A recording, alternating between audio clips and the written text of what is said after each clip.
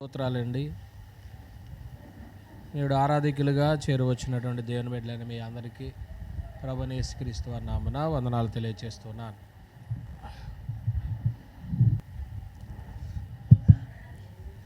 Okay, ప్రియమైన దేవుని బిడ్డలారా, ఈ యొక్క సమయంలో దేవునికి స్తోత్రాలు తెలియచేసుకుంటూ ఆరాధికులుగా క్రీస్తు ప్రభు యొక్క రాజ్య పిల్లలుగా దేవుడు ఆత్మీయ ఉన్నారు కనుక ఆయన ఆరాధించేవారు ఆత్మతో సత్యముతో ఆరాధించాలనే ఆజ్ఞ కేవలం పెదవులతో మాట్లాడడం మాత్రమే కాకుండా ఎలాగూ దాన్ని నెరవేర్చాలనేటువంటి ఆలోచనతో మనమేదో ఆలోచించి మనమేదో ప్లాన్లు వేసుకోకుండా ఇలాగూ మీరు ఆరాధన చేయండి అని దేవుడు ఒక క్రమ పద్ధతిని మనకిచ్చి ఒక నిబంధన కింద మనల్ని ఉంచి ఒక చట్టాన్ని మనకిచ్చి అలాగూ ఆయన ఆరాధించడం అనేటువంటిది మనకి ఏనాడైతే ఆయన సంఘము పుట్టినరోజు జరిగినప్పుడు పెంతెకొస్తు పండగ రోజు నాటి నుంచి ఈనాటికి కూడా ఎన్ని ఆటంకాలు వచ్చినా ఆరాధన కార్యక్రమము ఆగలేదు. దేవునికి ఇష్టమైందే ఆరాధన. తొలి మానవులు కయీను ఏబేలు తన పిల్లలకి, అంటే ఆదాము హవ్వల తన పిల్లలకి తండ్రిని ఆరాధించమనేటువంటి ఆలోచన నేర్పారంటే పితరులకు వాళ్ళు కూడా ఏం చేసి ఉంటారు? ఆరాధన చేస్తుంటారు. అందుకే కయీను ఏబేలు వెళ్ళి యెహోవాకు అర్పణ అర్పించారంటే ఆరాధించారు. అది మొదటి నుంచి కూడా దేవునికి ఇష్టమైనటువంటిది ఆరాధన. అందువల్ల ఈ ఆరాధన కార్యక్రమంలో అపోస్తలుల బోధన అనుసరించి 5 కార్యక్రమాలు జరుగుతాయి. ఇది మనందరం ఎరిగినటువంటిదే. ఈ సమయంలో వాక్య బోధ మనం వింటున్నాము. ఈరోజు మనము నేర్చుకోబోయేటువంటి పాఠంలో do not go from preach to preach, ఒక్కొక్క ప్రసంగికుని వెదకి వెంటాడకూడదు అనేటువంటి ఈ పాఠంలో కొన్ని సంగతులు మనం ఆలోచన చేద్దాం. 3 సంగతులు చెప్తాను. అందులో పరిచయంగా మనుషులుగా మనందరికీ కొన్ని సమస్యలు ఉంటాయి. అది చిన్నది కానివ్వండి, పెద్దది కానివ్వండి. ఆ సమస్యలకి లేకపోతే అటువంటి ఇబ్బందికి పరిష్కారం కోసం, శాశ్వతమైనటువంటి పరిష్కారం కోసం మనం ఎన్నో ఆలోచన చేస్తూ ఉంటాం. అయితే మనలో ఉన్నటువంటి వీక్నెస్ ఏంటంటే ఆ సమస్యకు తక్షణమే ఏం జరిగిపోవాలా? పరిష్కారం జరిగిపోవాలి. వెంటనే పరిష్కారం జరగాలి. అప్పుడు మనము అమ్మయ్య, దేవుడు నాకు ఈ మేలు చేశాడు, నేను అడిగిన వెంటనే నాకు ఆయన సాయం చేశాడు అని అనుకుంటూ ఉంటాం. అది సహజంగా జరిగేదే. ఈ యొక్క వెంటనే, ఈ తక్షణమే జరగాలి, నాకు శాశ్వత పరిష్కారం జరగాలి అనే ఈ అన్వేషణలో మనం ఒక బోధకుని దగ్గర నుంచి మరొక బోధకుని దగ్గరికి పరుగులు పెడతా ఉంటాం. ఇక్కడ నీకు సమస్య తీరలేదనుకో, ఇంకో చోటుకి వెళ్తే నా సమస్య తీరుతుందేమో, అక్కడ తీరలేదనుకో ఇంకొక చోటుకి వెళ్తే నాకు సమస్య తీరుతుందేమో అని క్రైస్తవులే ఏం చేస్తారంటే పరుగులు తీస్తూ ఉంటారు. అంటే శాశ్వతంగా నాకు ఈ సమస్యకి పరిష్కారం దొరకాలి అనేటువంటి ఆలోచనతో సర్వసాధారణంగా అందరికీ జరిగేదే. ఎందుకు ఇలాగూ నాకు ఈ సమస్య తీరట్లేదంటే ఎవరో చెప్పారు, పలానా చోటకి వెళ్ళు, లేదా పలానా చర్చికి వెళ్ళు, పలానా పాస్టర్ గారితో ప్రార్థన చేయించుకో, లేకపోతే పలానా ప్లేస్కి వెళ్తే నీకు ఈ మేలు జరుగుతుంది, పలానా కొండకి వెళ్ళు, లేదా పలానా గోపురం ఎక్కు, ఇలా సంగతులు అనేటువంటి జరుగుతాయి. అంటే సమస్యకు శాశ్వతంగా ఏం జరగాల? పరిష్కారం. ఈ అన్వేషణలో చాలామంది ఏం చేస్తూ ఉంటారంటే పరుగులు తీస్తూ ఉంటారు. ఇందులో క్రైస్తవులుగా మనం అక్కడికిక్కడ పరుగులెత్తకపోయినా కానీ బోధకుల దగ్గరికి పరిగెడుతూ ఉంటాం. బోధకుల దగ్గరికి వెళ్ళటానికి 3 కారణాలు చెప్తాను నేను ఈరోజు మీకు. మొట్టమొదటిది ఏంటంటే, అక్కడికి వెళ్ళి ఆ బోధకునితో నేను ప్రార్థన చేయించుకోవాలి. అంటే ఆల్రెడీ నీకు ఒక సేవకుడు ఉంటాడు, కానీ నీ సేవకుడి యొక్క ప్రార్థన మీద నీకు ఏముండదు? మేబీ అయి ఉండొచ్చు. అప్పుడు వెంటనే ఏం చేస్తారు తెలుసా? ఫలానా సేవకుడి దగ్గరికి వెళ్ళి మనం ప్రార్థన చేయించుకోవాలి అనేటువంటి ఆలోచనతో మనం పరిగెడతా ఉంటామట అండి. ఏమండి ప్రియమైన దేవుని పిల్లలారా, అసలు గ్రంథం ఏం చెప్పిందో చూద్దాం. ప్రార్థన చేయించుకుంటాం తప్పని నేను అనట్లే. అసలు గ్రంథం ఏం చెప్పిందో దాన్ని బట్టి మనం ముందు కొనసాగుతూ ఉందాం. యాకోబు పత్రిక 5వ అధ్యాయము, యాకోబు రాసిన పత్రిక 5వ అధ్యాయము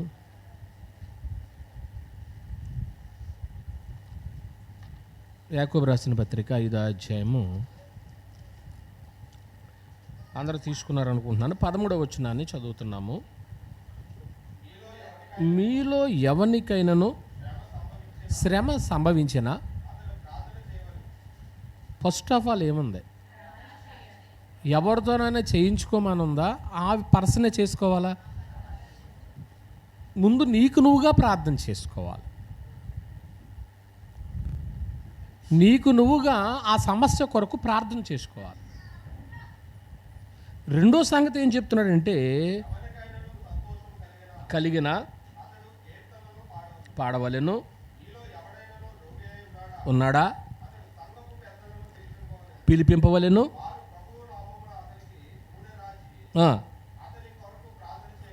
రెండో సంగతి, సంఘాన్ని పిలిపించండి, లేక సంఘ పెద్దలను పిలిపించండి, వారు వచ్చి మీకోసం ఏం చేస్తారో ప్రార్థన చేస్తారు. అంటే అక్కడ రెండోది సంఘానికి వెళ్ళింది. మొట్టమొదటిది నీకు నువ్వుగా చేసుకోమన్నాడు, రెండోది సంఘంతో చేయించమన్నాడు. ఏమండి, ఇక మూడోది కిందకి అలా కంటిన్యూగా చదవండి.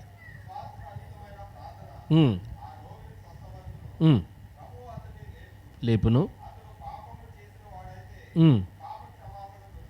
దొరుకును, ఒకరితోనొకడు ఒప్పుకొనుడి, మీరు స్వస్థత పొందునట్లు. మూడో సంగతి ఏం చెప్పాడు? ఒకరి కొరకు ఒకరు ఏం చేసుకోండి, ప్రార్థన చేసుకోండి. మొట్టమొదటగా నీకు నువ్వుగా ఇండివిజువల్గా ప్రార్థన చేసుకో. రెండవది నీ స్థానిక సంఘంతో నువ్వు ఏం చేయించుకో, ప్రార్థన చేయించుకో. నీకంటూ ఒక స్థానిక సంఘం ఉంటుంది. మూడవదిగా ఒకరి కొరకు ఒకరు ఏం చేసుకోండి, ప్రార్థన చేసుకోండి. రైట్. మన దగ్గర 2 నిబంధనలు ఉన్నాయి. గ్రంథం మన చేతిలో ఉంది. పాత నిబంధన గ్రంథంలో మోషే ప్రజల కొరకు ప్రార్థన చేశాడు. అహరోను ప్రజల కొరకు, ఆయన యాజకుడిగా చేసేవాడు అహరోను, మోషే ఏమో ప్రార్థన చేసేవాడు ప్రజల పక్షాన్ని. మీరు మా కొరకు ప్రార్థన చేయండి అని విశ్వాసుల్ని, లేక పాత నిబంధనలలో ప్రజల్ని ఈ సేవకులు అడిగినట్లుగా మనకి ఎక్కడా కనపడదు. నా పాయింట్ అర్థమైంది లేదు మీకు? ఇక్కడ విశ్వాసుల కొరకే ప్రవక్త మోషే ఏం చేయాలా, అంతే, ఆయనే ప్రార్థన చేయాల. కానీ క్రొత్త నిబంధన దగ్గరికి వచ్చేటప్పటికి సిస్టమ్ మారింది. రోమిలికి రాసిన పత్రిక 15వ అధ్యాయము, రోమిలికి రాసిన పత్రిక 15వ అధ్యాయము 30 నుంచి 32 వరకు కూడా కలిసి ఉన్నాయి.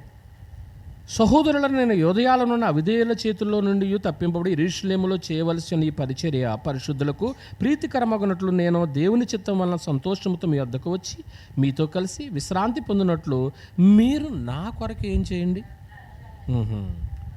అంటే ఇక్కడ విశ్వాసులు తన కొరకు ఏం చేయాలని కోరుతూ ఉన్నాడు, ప్రార్థన చేయాలని కోరుతూ ఉన్నాడు. ఏమండి, ఇలాగూ ప్రార్థించేటువంటి విషయంలో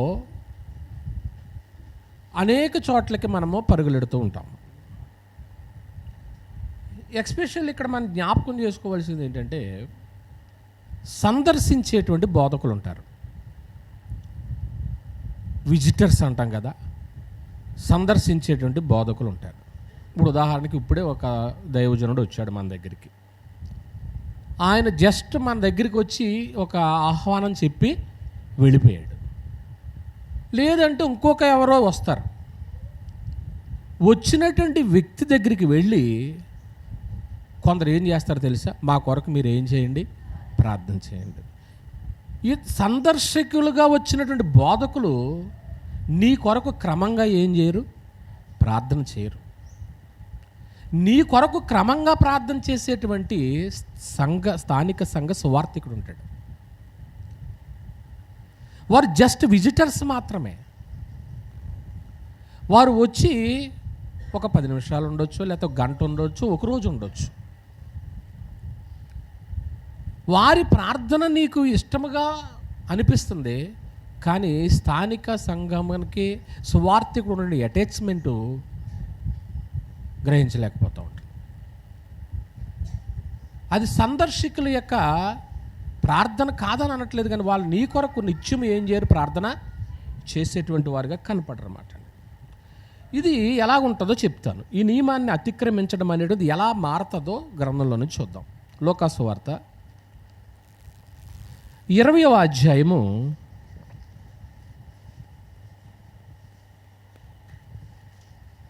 46వ వచనాన్ని మనం చూసినప్పుడు, లేక 45 నుంచి చూద్దాం.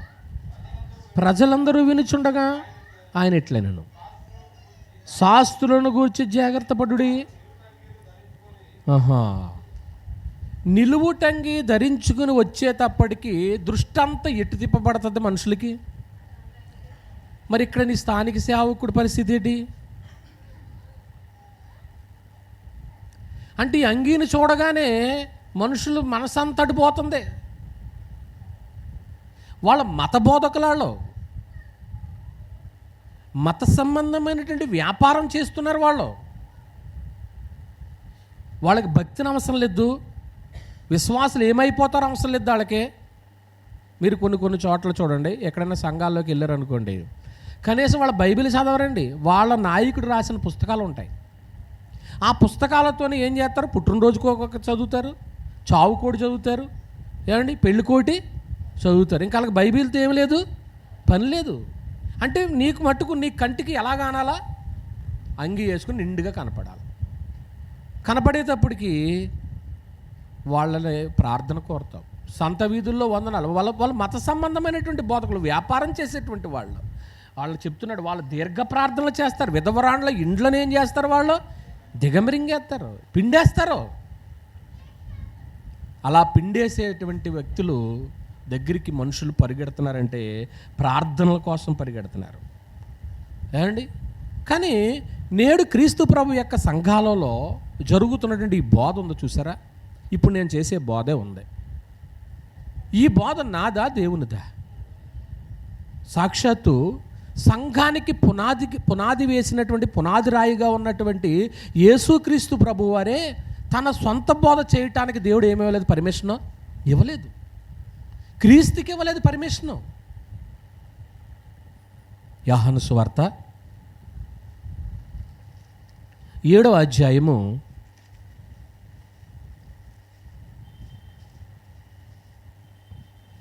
16వ వచనం. అందుకు యేసు, నేను చేయు బోధ నాది కాదు, అదేండి నన్ను పంపిన వానిదే. చూసారా? అంటే ఇప్పుడు బోధ యేసు ప్రభు వారు ఏ బోధ చేయటానికి ఛాన్స్ ఇవ్వలేదు తండ్రి, లేదు. నాకు ఇలా అనిపించింది, నేను ఎలా చేస్తాను అనటానికి లేదండి, ఏమండి? అందువల్ల ఇప్పుడు సువార్థికుడు చేసేటువంటి పని ఏంటి? అసలు సంఘము కొరకు ఆయన చేసే పని, సంఘము సువార్థికుడిగా ఉన్నటువంటి అటాచ్మెంట్ అని చూశారు, అది విడిపోనటువంటిది. భార్యాభర్తల సంబంధం ఎంత జీవితాంతం ఉంటుందో, సంఘానికి సువార్థికుడికి ఉన్నటువంటి సంబంధమో బ్రతికినంతకాలమో ఉంటుంది. సంఘములో ఎవరైనా ఏదైనా శుభకార్యం చేసుకుంటే నీ సువార్థికుడే నీకు ముఖ్యం. స్థానిక సంఘంలో ఎవరైనా చనిపోతే నీ సువార్థికుడే నీ కార్యక్రమం చేస్తాడు. ఒకవేళ ఆయన లేని పక్షంలో అప్పుడు వాళ్ళ కుటుంబం ఉంటారు, వారి పిల్లలు ఉంటారు. ఇక్కడ ఈరోజు మనం ఆలోచన చేసేటువంటి సంగతి ఏంటంటే, do not go from preacher to preacher. ఎందుకు వెదకి వెంటాడుతున్నావు నువ్వు ఒక్కొక్క ప్రసంగికుని, ఒక్కొక్క బోధకుని దగ్గరికి అనేటువంటి ఈ పాఠంలో మొట్టమొదటి మనం ఏం చేస్తున్నామంటే ప్రార్థన కొరకు పరుగులు. అసలు సువార్తికునిక పని ఏంటి? తిమోతికి రాసినటువంటి 2వ పత్రిక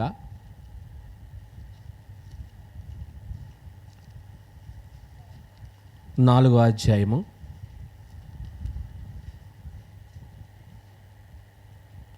5వ వచనంలో, అయితే నువ్వు అన్ని విషయములో మితముగా ఉండము, శ్రమపడుము, సువార్తికుని పని చేయము. అంటే సువార్తికుడు పని చేసేవాడు అని అర్థం. ఆయన పని సువార్త పని. తిమోతి రాసిన 1వ పత్రిక 4వ అధ్యాయము 16వ వచనములో, నిన్ను గూర్చి నీ బోధన గూర్చి ఎలాగుండము జాగ్రత్త. అంటే నీ పని బోధించడం. ఏ బోధ చేస్తున్నావో ఆ బోధ విషయంలో నువ్వు జాగ్రత్తగా ఉండాలి. అప్పుడు నిన్నును నీ బోధ వినువాన్ని ఏం చేస్తావో రక్షించేవాడు. అంటే ఇప్పుడు సువార్తికుడు ఒక పనివాడని అర్థమైంది మీకు. ఏమండి? మరి పనివాడిగా సువార్తికుడు జీతానికి పాత్రుడా కాదా? పాత్రుడేనా? జీతానికి పాత్రుడే.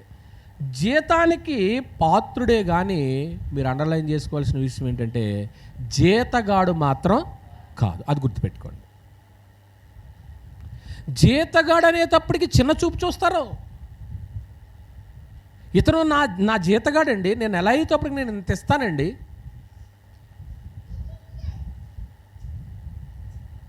ప్రియమైన దేవుని పిల్లలారా, గ్రంథం ఏం చెప్తుందో చూడండి. గలతీయులకు రాసిన పత్రిక 6వ అధ్యాయము, గలతీయులకు రాసిన పత్రిక 6వ అధ్యాయము 6వ వచనంలో, వాక్యోపదేశము పొందువాడు ఉపదేశించువానికి మంచి పదార్థములన్నిటిలోని ఏమి ఇవ్వలేను? భాగమియ్యాలి. అది నీ సువార్తికుడు నీకు ఉన్నటువంటి సంగతినది. అన్నిటిలోనూ కూడా శ్రేష్టమైనటువంటి భాగం ఇవ్వాలంటున్నాడు. కొరింథీయులకు రాసిన 1వ పత్రిక 9వ అధ్యాయము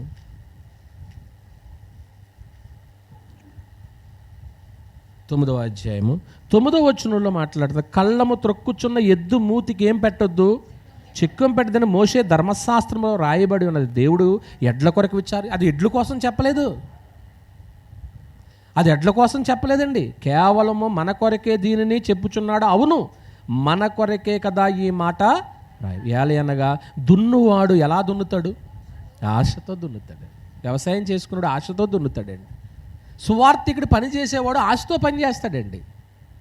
కళ్ళము త్రొక్కుచున్నవాడు పంటలో పాలు పొందునని ఆశతో ఏం చేస్తాడో త్రొక్కుతాడు.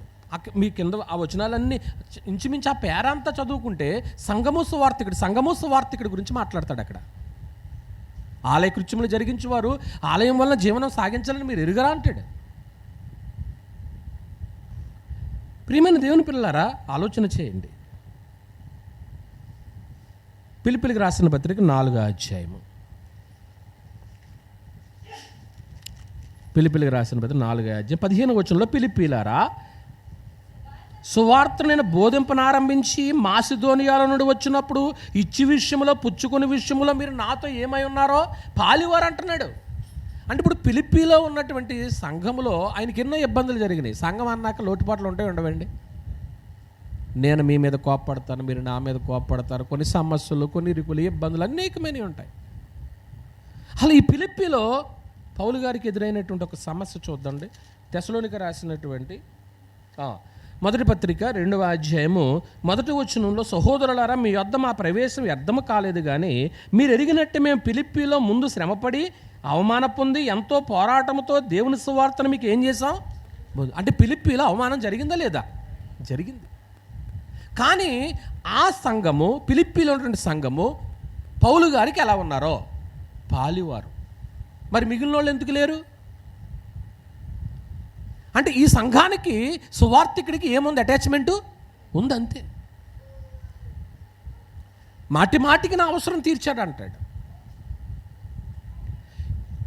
అందువల్ల దున్నువాడు ఆస్తో దున్నుతాడు. పంట వచ్చింది, సంవత్సరం అంతా చూసావు, 6 నెలల పంట. ఈ 6 నెలల పంట వచ్చిన తర్వాత ఆ పంట ఎప్పుడు వస్తుందని యజమాని ఏం చేస్తూ ఉంటాడు? ఎదురు చూస్తాడు. ఎదురు చూసిన తర్వాత ఆ పంట తీసుకెళ్ళి నీవు ఇంకో చోట ఇచ్చేసావు అనుకో, అప్పుడు ఎదురు చూసిన మనిషి ఏమైపోతాడు? జరిగిన ఒక సందర్భం చెప్తాను మీకు. ఓ సువార్థికుడు తాను ప్రార్థన చేస్తున్నాడు, సేవ చేస్తున్నాడు, కుటుంబాల కోసం బాగుండాలని చేస్తూ ఉంటాడు. ఓ రోజుని ఆయన ఆ ఏరియాలో జరుగుతున్న సేవ కాబట్టి చెరువులో రొయ్యి పిల్లని వేసేటప్పుడు ప్రార్థన చేయించుకున్నాడు. సరే, ఈయన ప్రార్థన చేశాడు, సువార్థికుడు వేశారు. వేసిన తర్వాత మీరు వినే ఉంటారో, వస్తే మంచి లాభాలు వస్తాయంట, పోతే బాగా ఎక్కువ పోతాయట. మనకి తెలియదు ఆ పంటల గురించి, కానీ ఆ సంవత్సరం బహు ఎక్కువ లాభం వచ్చేది. ఈ సువార్థికుడు ఏం చేస్తూ ఉంటాడు చెప్పండి? అమ్మో, ఇంకా నాకు పంట వచ్చే టైము దగ్గరికి వచ్చింది, నా యజమానికి ఈ సంవత్సరము ఎక్కువ లాభాలు వస్తున్నాయి, ప్రార్థన చేస్తాడు, పంట పట్టేసిన తర్వాత ఈవేళ ఇస్తాడు, రేపు ఇస్తాడని చూస్తున్నాడు. ఈయన ఏం చేశాడంటే ఒక 70,000 స్టీఫెన్ ఫాల్ కొట్టేశాడు. ఆ పేరు మళ్ళీ ప్రస్తావించను. ఎక్కడో వైజాగ్లో ఉన్నటువంటి, ఎందుకంటే అంగి షూటు కొంచెం అడవిడిగా ఉంటారు కదా, ఇతను ఆనేటప్పటికి నా కోసం ఇతను ప్రార్థన చేస్తాను, ఇతను ఎవరో తెలవదు. కింద స్క్రోలింగ్ ఇస్తారు కదా ఫోన్లో నెంబర్లో. ఇతనికి లాభం రాగానే కనీసం స్థానిక సువార్థికుడి చెప్పుకోకుండా ఈ 70,000 ఏం చేశాడు? అతను కొట్టేశాడు. తెలిసింది పాపం, ఏం చేస్తాడు? ఏం మాట్లాడడానికి లేదు. నీదిగా సొమ్ము, ప్రార్థన అయితే మేం చేయాలి, కానీ సొమ్ము మాత్రం నీ ఇష్టం వచ్చినట్టు ఖర్చు పెడతాం. మీరు పాత నిబంధన చదివితే కనీసం నీ ఇంట్లో రూపాయి ఖర్చు పెట్టినా కానీ యాజకుడికి ఏం చేయాలా? లెక్క చెప్పాలి. యేసుప్రభువు చెప్పలేదా? గృహ నిర్వాహకపు పని దేవుడికి అప్పగించాడు, యజమాని వచ్చి ఏమడుగుతాడు? లెక్క అడుగుతాడు. మీరు ఇచ్చే సందాకి మమ్మల్ని లెక్క అడుగుతాడు దేవుడు. ఈ వారం ఆఫరింగ్ ఎంత వచ్చింది, ఏం చేసావు? ఈ సంవత్సరం పంట ఎంత వచ్చింది, ఏం చేసావు? ఈ నెల జీతం వచ్చింది ఎంత, ఏం చేసావు? వ్యాపారంలో ఎంత వచ్చింది, ఏం చేసావు? సరే, ఇతను మాట్లాడలే. సరే, అయిపోయింది. మళ్ళీ కంటిన్యూ జరుగుతుంది. జరిగిన తర్వాత సంథింగ్ ఏదో జరుగుతుంది కదా, హెచ్చుతగ్గులు అనేవి. నష్టం వచ్చిన తర్వాత అప్పుడు అన్నాడంటే, పాలుగారండి మాకు ఇబ్బందిగా ఉందండి, ప్రార్థన చేయండి, బాగోలేదండి, చాలా నష్టం వచ్చింది. అప్పుడు అన్నాడంట, అతను జై స్టీఫెన్ ఫాల్ జై, ప్రార్థన చేస్తాడు నీకు అంటే. ఇతనికి ఏమవుంది అనుకుంటే తెలియలేదు అనుకున్నాడు. ఈ సువార్థికుడికి ఆ 70,000 ఇచ్చిన సంగతే తెలియలేదు అనుకున్నాడు. అతను జై ప్రార్థన, అతను చేస్తాడు నీ కోసం. నాకు తెలియదండి. మరి తెలియకుండా నువ్వు ఎలా కొట్టావు 70,000? అంటే సందర్శకుల యొక్క సేవకులు చూసి నువ్వు ప్రార్థన కోసం పరుగులెడుతున్నావా? మీరు పరుగులెడుతున్నారని నేను అనట్లేదు, నా పాఠంలో ఉన్నటువంటి సంగతులు మీకు చెప్పాలని నేను చెప్తున్నాను. ఈ పాఠం ఆల్రెడీ ప్రభు విన్నదే ఏమండి, కానీ ఇంకా కొన్ని సంగతులు ఈరోజు దానికి యాడ్ అయినాయి. చూడమ్మా, అందువల్ల ఇక్కడ మనం ఏం ఆలోచన చేస్తున్నామంటే, నీ కోసము క్రమం తప్పకుండా ప్రార్థన చేసేటువంటి సువార్థికుడు కన్నీరు కాడ్చాడా లేదా? పంట కోసం చూస్తాడా లేదా? ఆ పంట రాగానే నువ్వు తీసుకెళ్ళి ఆ పంట ఇవ్వకపోతే ఆయన ఎంత బాధపడతాడు? దేవుడు అన్యాయస్తుడా? కాదు ప్రియమైన. ఆశతో దున్నుతాం, నెలంతా కష్టపడతాం, నా పిల్లలు బాగుండాలి, నా పిల్లల వ్యాపారాలు బాగుండాలి, నా పిల్లల ఉద్యోగాలు బాగుండాలి, ఏమండి వాళ్ళ ఇంట్లో వ్యవసాయాలు బాగుండాలి, మేము ప్రార్థన చేస్తాం. క్రమం తప్పకుండా ప్రార్థన చేసేటువంటి నీ సువార్థికుడు నీ కొరకు ఉన్నప్పుడు నువ్వు హ్యాపీ. మీరు చక్కగా ఏ సమస్య అయినా మాకు చెప్తూ ఉంటారు, అయ్యగారు మాకు ప్రార్థన చేయండి మా కుటుంబం కోసం అని ప్రార్థన. ఇలా ప్రార్థన చేసిన తర్వాత దేవుడు సమస్య తీర్చారని చెప్పగానే దేవుని స్తోత్రాలు చెప్పుకుంటాం. తండ్రి ఎంత గొప్ప మేలు చేసి, అంటే మీరు అంత స్థాయి ఉన్నవాళ్ళని అనట్లేదు, మీకున్న ఆర్థిక స్థాయి ఎంతో ఆ మాత్రం నాకు తెలియదా? తెలుసు. అసలు మీ అభివృద్ధి మొట్టమొదట చూసేది ఎవరో తెలిసి మీ బంధువులు కాదు. మీరు అభివృద్ధి అయ్యారా లేదనేది మొట్టమొదటి తెలిసేది ఎవరికి తెలుసా? సేవకుడికే తెలుస్తుంది, మీ సేవకురాలికే తెలుస్తుంది, తర్వాత మీ వాళ్ళకి తెలుస్తుంది. మీ సేవకుడు ఎప్పుడైతే అభివృద్ధి అయ్యింది అని అనుకున్నాడో ఇంకా డే బై డే అభివృద్ధి. మొట్టమొదటిది ప్రార్థనల కోసం ఏం చేస్తూ ఉంటారండి? పరుగులు పెడుతూ ఉంటారు. రెండో సంగతికి వచ్చేసాం. రెండోది ఏంటంటే వారు ఆలోచనల కొరకు పరుగులెడుతూ ఉంటారు. ఆలోచన ఇది ఎలా ఉంటుందో చెప్తాను. సామెతల గ్రంథము 11వ అధ్యాయం. సామెతల గ్రంథము 11వ అధ్యాయము. సామెతల గ్రంథము 11వ అధ్యాయము 14వ వచనాన్ని మనం చూసినప్పుడు, నాయకులు లేని జనులు ఏమైపోతారో? చెడిపోతారో. ఆలోచనకర్తలు అనేకులు ఉండుట అంటే ఆలోచనకర్తలు ఉండాలా లేదా?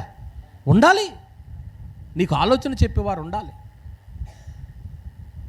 పెద్దల దగ్గరికి ఎందుకు వెళ్తున్నాం మనం? ఆలోచన కోసమే.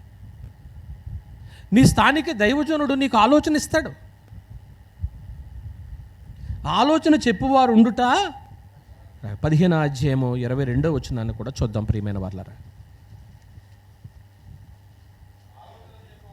ఆలోచన చెప్పువారు లేని చోట ఉద్దేశములు ఏమైపోతాయి? వ్యర్థమైపోతాయి.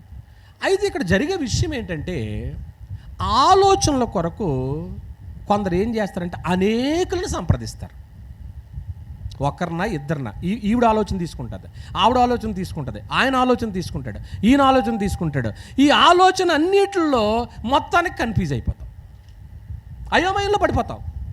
ఏం చేయాలి? ఆవిడ ఎలా చెప్పింది, ఈవిడ ఎలా చెప్పింది, ఈయన ఎలా చెప్పాడు, ఆ పాస్టర్ గారు ఎలా చెప్పాడు, ఈ పాస్టర్ గారు ఎలా చెప్పాడు. కన్ఫ్యూజ్ అయ్యి కొట్టుకు చచ్చిపోతున్నారు అనుకోండి ఈ సమాజంలో, ఈ పాస్టర్లు చేసే బోధలకే.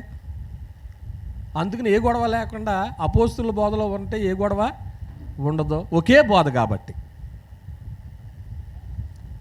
యూనివర్సల్గా మీరు ఎక్కడికి వెళ్ళినా కానీ బోధ ఒకేలాగా ఉంటుంది, ఒకేలా ఉంటుంది. ప్రభురాత్రి భోజనం ఉంటుంది. మీరు ఎక్కడికైనా ప్రయాణం వెళ్ళారనుకోండి, క్రీస్తు సంఘం వెతుక్కుని వెళ్ళండి. అక్కడ ప్రభురాత్రి భోజనం లేదనుకోండి, బోర్డు మాత్రం క్రీస్తు సంఘం ఉందనుకోండి, అక్కడ ప్రభురాత్రి భోజనం లేదనుకోండి, అది ఏ సంఘం కాదు? క్రీస్తు సంఘం కాదు. నెలకు ఒకసారి ఎత్తున్నారనుకోండి, అది క్రీస్తు సంఘం కాదండి. అక్కడ ఒక డ్రమ్ము పెట్టి ఒక ఆర్కెస్ట్రా పెట్టారనుకోండి, అది క్రీస్తు సంఘం కాదు. అందువల్ల ప్రియమైన దేవుని పిల్లలారా, ఆలోచన చేయండి. ఆలోచనకర్తలు ఉండటం నీకు మేలే. కానీ అనేకమైన ఆలోచనలు తీసుకుంటంలో ఏమైపోతున్నారో తెలిసింది, అయోమయంలో పడిపోతున్నారు అన్నమాట అండి. ఈ అయోమయంలో పడిపోతుంటలో ఎలా జరుగుతుందంటే చెప్తాను. ఒక పర్సన్ దగ్గరికి ఒక ఆలోచనకి వెళ్ళావు, నీకు ఒక మంచి ఆలోచన ఇచ్చాడు. నీకు ఇచ్చి నిన్ను ఏం చేసుకోవాలనుకుంటారో తెలుసా? తన జట్టులోకి ఏం చేసుకోవాలి? చేర్చుకోవాలి, తన గుంపులోకి చేర్చుకోవాలని నీకు ప్రయత్నం చేస్తాడో, రైట్, నిన్ను చేర్చేసుకుంటాడో. నీకంటూ ఒకవేళ నువ్వు దూరం అయ్యావు అనుకోండి, నిన్ను గూర్చినటువంటి సంగతులు బయట పెడతా ఉంటాడు. ఇది ఎలాగో చెప్తాను, ఎవరితో ఆలోచనలు షేర్ చేసుకోవాలో చెప్తాను మీకు గ్రంథాన్ని బట్టి. ఇప్పుడు మనం ఉన్నాం, మనల్ని కుటుంబాలను బయట పెట్టే వాళ్ళతో సంగతులు షేర్ చేసుకుంటామా, గోప్యం గురించి వాళ్ళతో మాట్లాడతామా? ప్రేమ అన్నిటినీ కప్పునని అంటది కదా గ్రంథం. ఒక్కొక్క స్త్రీ భర్త ఎంత హింస పెట్టినా కానీ కనీసం అమ్మగారికి కూడా ఏం చేయదు. ఏ అమ్మాయి ఏంటి మొక్కమ్మ ఏం లేదు. ఎందుకని? నా యజమాని ఎలాగో నేను మలుచుకోవాలో నాకు తెలుసు. అంటే నీ స్థానిక సువార్థికుడు ఆయన సలహా నువ్వు తీసుకుంటున్నావో, ఆయన నిన్ను హృదయంలో పెట్టుకునేవాడు, బయట పెట్టేవాడు కాదు. హృదయంలో దాచుకునే వాళ్ళతో నీ ఆలోచనలు ఏం షేరు చేసుకో. అనేక దగ్గరికి వెళితే కన్ఫ్యూజ్ అయిపోతాం. కొరింథీయులకు రాసినటువంటి 2వ పత్రిక 7వ అధ్యాయం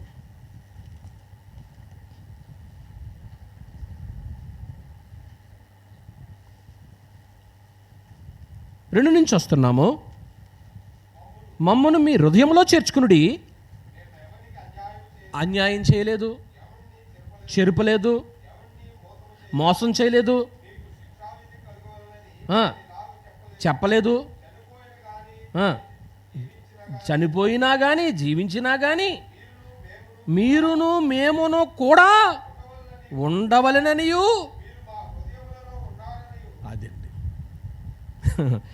నమ్మకమైన వారితోనే మన హృదయాన్ని విప్పి మన ఆలోచనలు ఏం చేయాలా చెప్పుకోవాలి. మిమ్మల్ని ఎక్కడ పెట్టుకున్నాను అన్నాడా? హృదయంలోనండి. కానీ నువ్వు ఆలోచనల కొరకు పరిగెడుతుంటే వాళ్ళు హృదయంలో పెట్టుకోరండి. కొన్ని ప్రశ్నలు మనకి జవాబులు దొరకని కొన్ని ప్రశ్నలు ఉంటాయి. అసలు ఎందుకు ఇది నాకు జీవితంలో జవాబు దొరకట్లేదు అని అనుకుంటాం. అలాంటప్పుడు ఏం చేయాలి తెలుసా? నెమ్మదిగా కూర్చుని ప్రశాంతంగా ఆలోచిస్తే దానికి ఒక సొల్యూషన్ ఏమవుతుంది, దొరుకుతుంది. నేను అనట్లేదండి. విలాప వాక్యముల గ్రంథము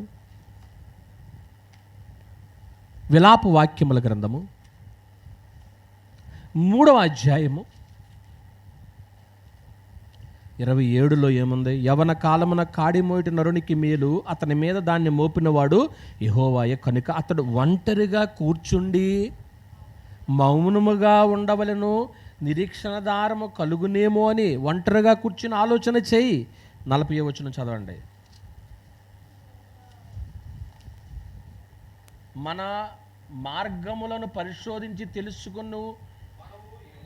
తెలుసుకొని మనం యెహోవా తట్టు తిరుగుదము, ఆకాశమందున్న దేవుని తట్టు మన హృదయములను మన చేతులను ఏం చేద్దామో నెమ్మదిగా ఆలోచించి సమయం తీసుకుంటే నీకు ఒక సొల్యూషన్ దొరుకుతుంది. నువ్వు ఆలోచనల కొరకు అక్కడికిక్కడ పరిగెట్టవసరం లేదు, కన్ఫ్యూజ్ అయిపోతావు. బైబిల్ చదివావు, ప్రార్థన చేసుకున్నావు, దేవుడు నీకు ఆలోచన ఇవ్వడా? ఆ మాత్రం మనకు జ్ఞానం లేదా? ఏమండి, మరో సంగతి చెప్తాను. ఒకవేళ సమస్య ఉంది, ఇంటి దగ్గర కూర్చున్నావు, ఇవాళ చర్చికి రాలేదేంటి? ఇవాళ కొందరికి చర్చికి రాలేదు. చేసి వచ్చావా? చేయొద్దు. ఓకే, మొన్న వారం ఆబ్సెంట్, అందుకే ఈ వారం ఆబ్సెంట్ అండి.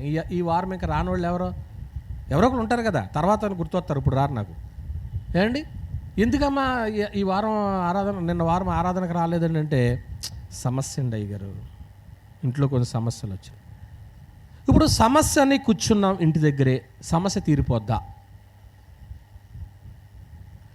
నువ్వు అలా తిరిగి మళ్ళీ ఎక్కడికి రావాలో తెలుసా? సమస్య పరిష్కారానికే దేవుని దగ్గరికి రావాలి. అది గుర్తుపెట్టుకోండి.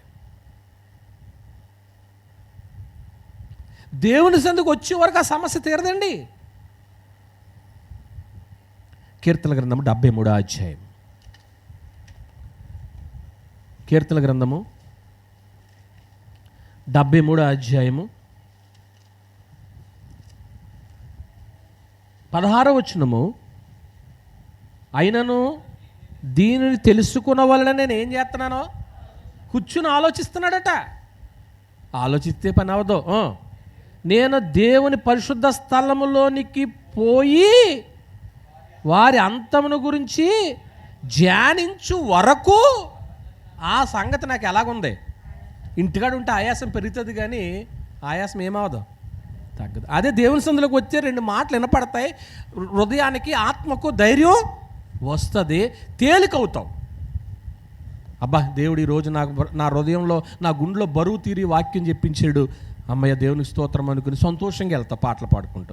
అలాగే మనం కృంగిపోతూ కూర్చుంటే ఎన్ని వారాల దూరం అయినా కానీ అది ఆయాసం అవుతుంది, కానీ ఆయాసం ఏమవదో తీరదండి. అందువల్ల ఆలోచనల కోసం ఎందుకు పరుగులెడుతున్నావు? దేవుని సందులోకి రా. నీ సమస్యలకు ఎక్కడ పరిష్కారం ఉంది? ప్రియమైన దేవుని వర్లరా, కీర్తన గ్రంథము 27వ అధ్యాయము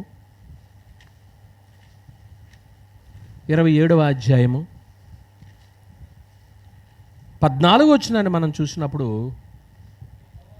యెహోవా కొరకు కనిపెట్టుకుని యుండుము, ధైర్యము తెచ్చుకుని నీ హృదయమును నిబ్బరంగా నుంచుకునుము. యెహోవా కొరకు ఏం చెయ్యి అంతే. ఆతృత పడొద్దు, తొందరపడొద్దు.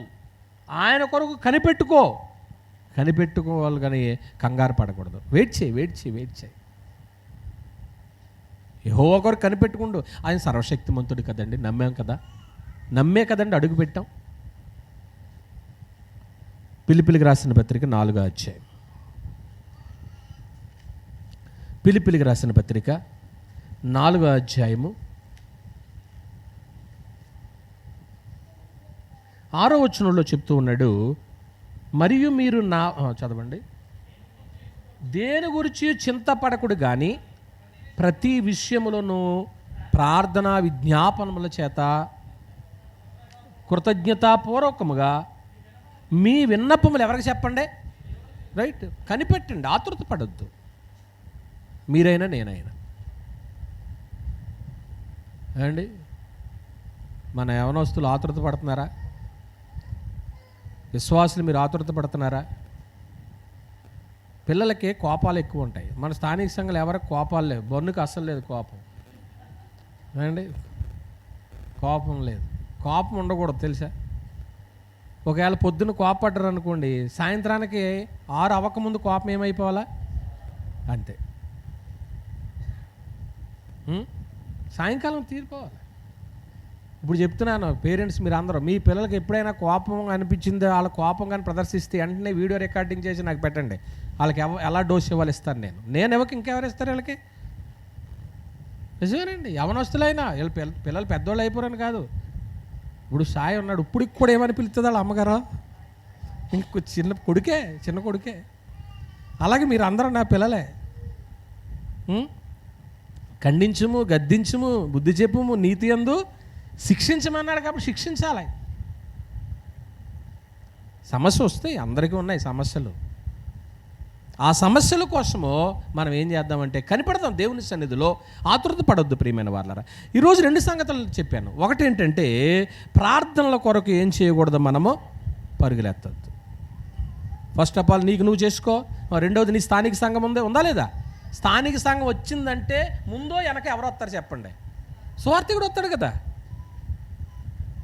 నీ స్థానిక సంఘం నీకు బలం.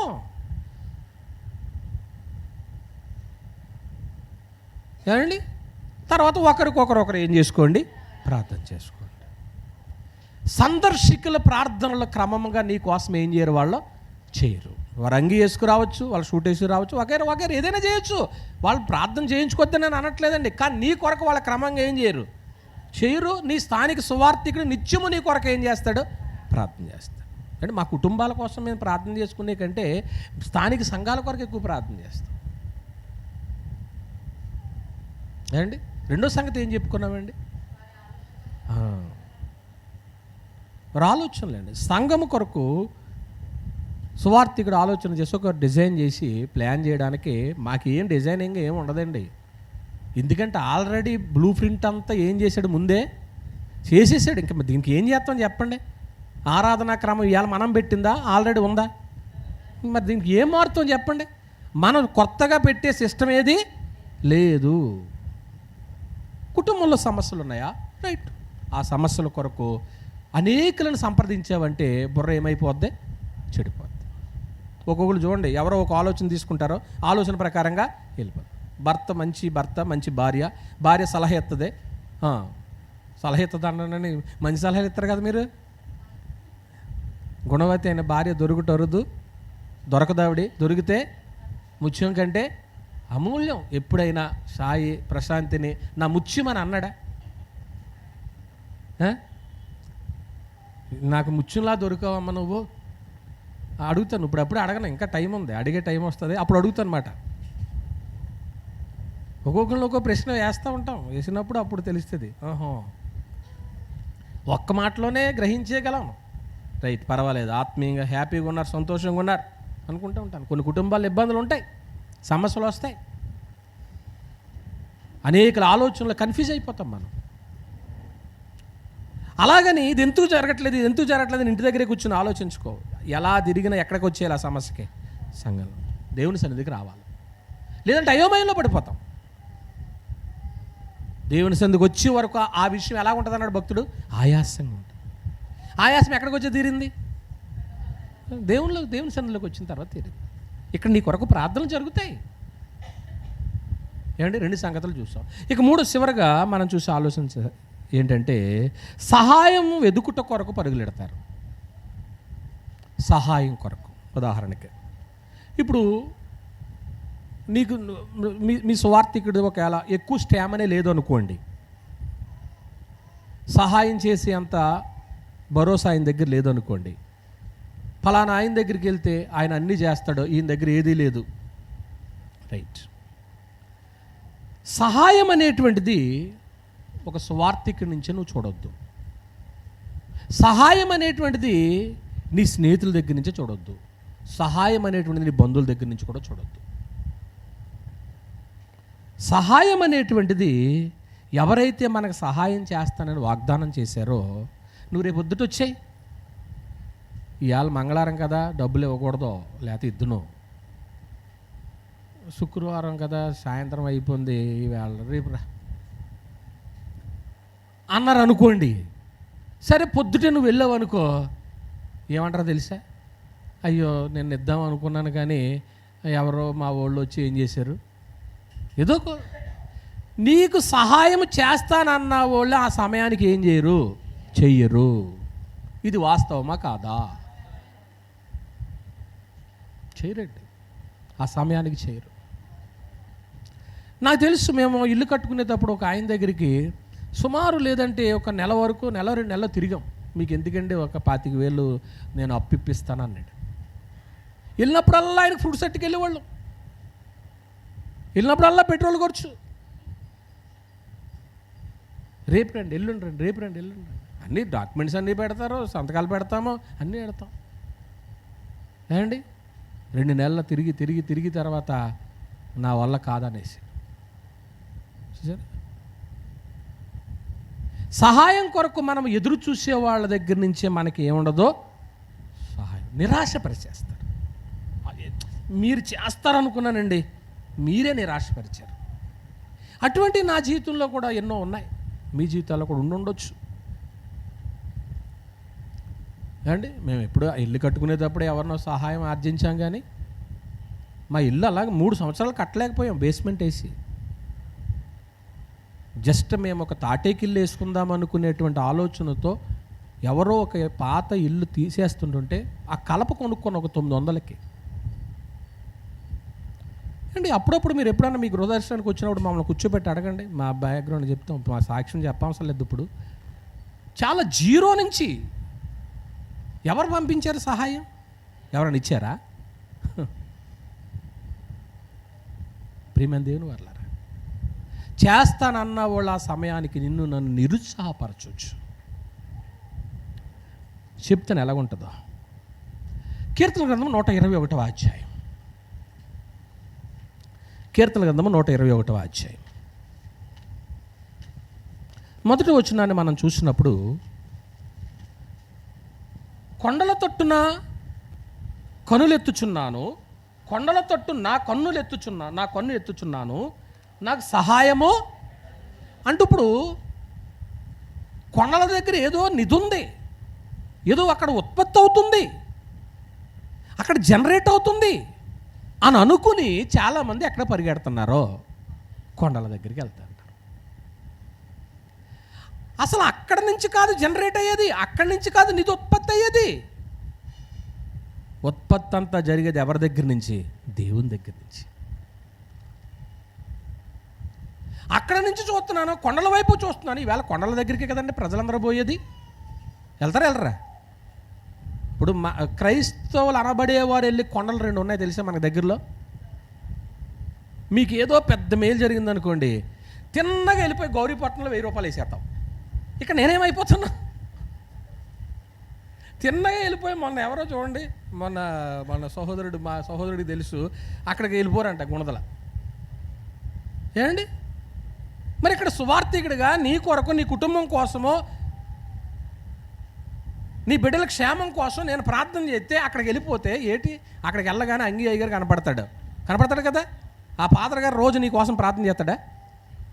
ఆ బిషప్ గారు ప్రార్థన చేస్తాడా? వస్తాడు అక్కడ, ఆ నిధి తీసుకుంటాడో, నీకు ఏదో 2 మంత్రాలు చదివిస్తాడు, నీతో అయిపోయింది అక్కడతో. మరి ఇక్కడ రోజు ప్రార్థన చేసేది నేను ఒట్టిది అయిపోయాను. ఇక్కడ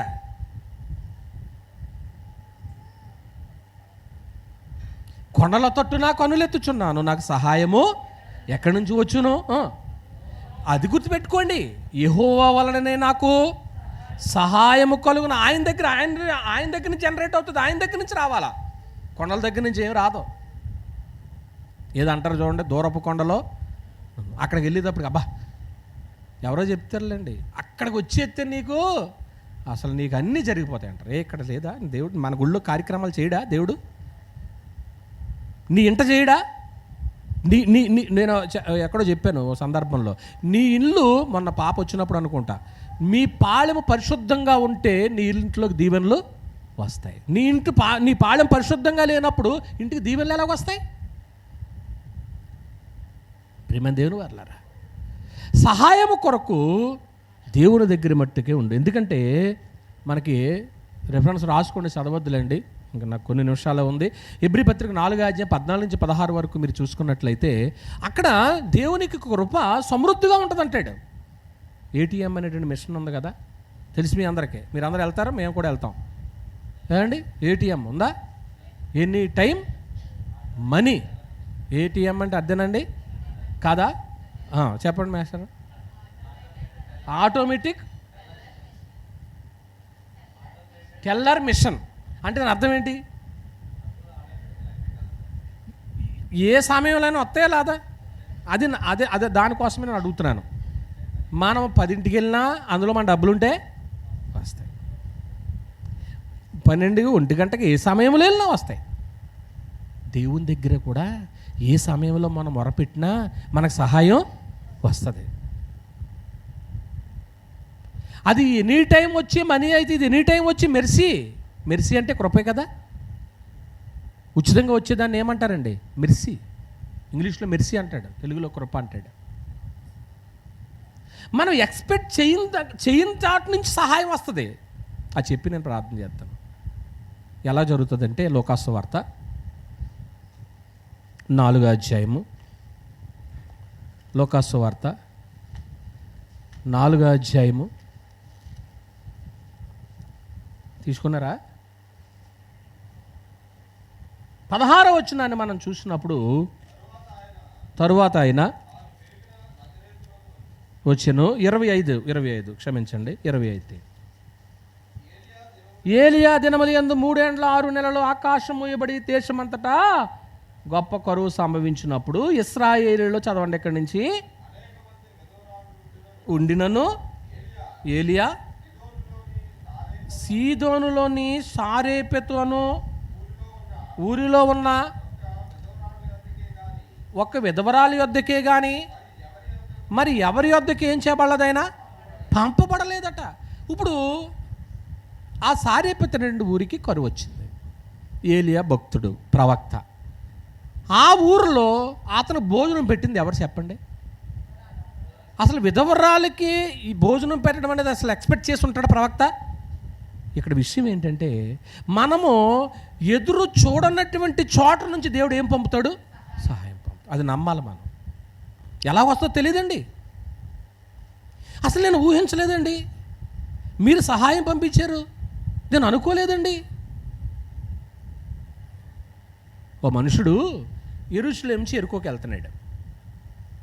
మార్గం మధ్యలో దొంగలు అతన్ని కొట్టి అతని దగ్గర ఉన్న వస్తువులు దోచుకుని అతను కొర ప్రాణంతో ఏం చేశారు? విడిచిపెట్టేశారు. ఆ మార్గం గుండా ఎవరు వెళ్తున్నారు? యాజకుడు వెళ్ళాడు. రెండోది ఎవరు వెళ్ళారు? లేవీడు వెళ్ళాడు. మూడోది ఎవరు వెళ్ళారు? సమరయుడు వెళ్ళాడు. ఇంతకీ ఆ పడిపోయినటువంటి వ్యక్తి మీద జాలి పడింది ఎవరో? అసలు సమరయుడు జాలి పడతాడు? అసలు అతనికి వాక్యం తెలుసా? యాజకుడు చేసి యాజకత్వం చేసేటువంటి యాజకుడు తప్పించుకెళ్ళిపోయాడు. లేవీలో దేవుని సందులో పరిచరించిన వాళ్ళు తప్పించుకెళ్ళిపోయారు. ఏమి ఎరిగినటువంటి వ్యక్తి నుంచి దేవుడు ఏం పంపించాడు? సహాయం పంపించాడు. దేవుడు సహాయం పంపించడా? ఖచ్చితంగా పంపిస్తాడు. ఏమండి ప్రియమైన దేవుని వారలారా, ఈరోజు మనం ఏం ఆలోచన చేసాము అంటే, do not go from preacher to preacher. మనకు ఉన్న సమస్యల కోసం అన్వేషణలో ఏదో జరుగుతుందిలే అనుకుని పరుగులు తీస్తున్నావేమో. ఆ పరుగులు తీసడానికి 3 కారణాలు చెప్పాను. ఒకటి ఏంటంటే ప్రార్థనల కోసం. తప్పకుండా నీ కొరకు ప్రార్థించేటువంటి వ్యక్తి ఉన్నాడు. కానీ అప్పుడప్పుడు వచ్చేటువంటి సందర్శకుల బోధకుల కొరకు మనము మన మనస్సును అటే కేంద్రీకరించుకుని, చెప్పాను కదా, నీ స్థానిక సేవకుడు ఏం చేస్తాడు చెప్పండి? నీ కొరకు నిత్యము అది ఇంకో మాట చెప్పుకున్నాం ఏంటి? ఆశతో దుక్కును ఏం చేస్తాడు? దున్నుతాడు. పంట వచ్చిన తర్వాత ఆ పంట కోసం ఎదురు చూస్తాడు. ఒకవేళ ఆ పంట కానీ నువ్వు ఇవ్వలేదనుకో, తర్వాత నీకు వచ్చేది నష్టం చాలా ఎక్కువగా ఉంటుంది. ఆ నష్టం వచ్చినప్పుడు దేవునికి లెక్క చెప్పుకుంటావు. ఏమండి, రెండోది మనం ఏం చెప్పుకున్నాం తెలుసా? ప్రార్థనల కొరకు ప్రయాసపడొద్దు. నీ కొరకు ప్రార్థన చేసేవాళ్ళు ఉన్నారు. రెండోది, ఆలోచనల కొరకు కన్ఫ్యూజ్ అయిపోకు. దేవుడు నీకు ఇచ్చిన ఆలోచన, నీ స్థానిక సంఘం యొక్క ఆలోచన ఉంది. అనేకమైనటువంటి ఆలోచనలతో అయోమయంలో పడిపోతావు. ఏమండి, ఎవరితో నీ యొక్క ఆలోచనలు పంచుకోవాలో తెలుసా? ఎవరైతే నిన్ను కడుపులో పెట్టుకుంటారో, ఎవరైతే నమ్మకమైన వాళ్ళు ఉన్నారో వాళ్ళతోనే నువ్వు పంచుకో. వాళ్ళ యొక్క స్థానిక సంఘంలో నువ్వు చేరు. కొన్ని సమస్యలు తీరట్లేదు అని ఆలోచన వచ్చినప్పుడు ఏకాంతంగా ఒంటరిగా ఆలోచన చేసి తిరిగి నువ్వు ఎక్కడికి రావాలా? దేవుని, లేకపోతే ఆయాసకరంగా ఉంటుంది ఆ పరిస్థితి. చివరిగా ఏం చెప్పానంటే సహాయం కొరకు. ఎవరైతే నీకు సహాయం చేస్తారని వాగ్దానం చేశారో, మన ఇబ్బంది సమయంలో వాళ్ళు మనల్ని నిరాశపరుస్తారు. వాళ్ళు మనకు సహాయం చేయకపోవచ్చు. కానీ దేవుడే మనకి ఏం చేస్తాడు? కొండల తట్టున కొండలు ఎత్తుచును. ఎక్కడికో కొండలు ఎక్కవు, అక్కడ దేవుడు నీకు ఏం చేయడు? సహాయం. మొన్న ఎవరో చెప్తున్నారులే, మా అత్తగారు ఆదివారం 3 చర్చిలు కవర్ చేద్దండి అంటున్నాడు వాళ్ళ అల్లుడు. ఎన్ని చర్చిలు కవర్ చేద్దంట? 3 చర్చిలు కవర్ చేద్దంట. అంటే ఈ 3 చర్చిలకి ఏం చేద్దే? వెళ్ళిపోద్ది సండే. అంటే ఒక చోట ఆవిడకి ఏం లేదు, స్టెబిలిటీ లేదు. మరి ఏ సేవకుడు ప్రార్థన చేస్తాడు చెప్పండి వారి కొరకు? అల్లుడు చెప్పిన మాట చెప్తున్నాను నేను. అందువల్ల నిజంగా మీరు ప్రభు సంఘంలో ఉన్నారు, మీ స్థానిక దైవజనురాలు మీ కొరకు ప్రార్థిస్తారు. కొన్ని సమస్యలు ఉన్నాయి, వాటిని తీర్దాం, దేవుడే తీరుస్తాడు. ప్రార్థిస్తాము. ఏమండి, సహాయము మనం ఎక్స్పెక్ట్ చేయని చోట నుంచి దేవుడు ఏం పంపుతాడు?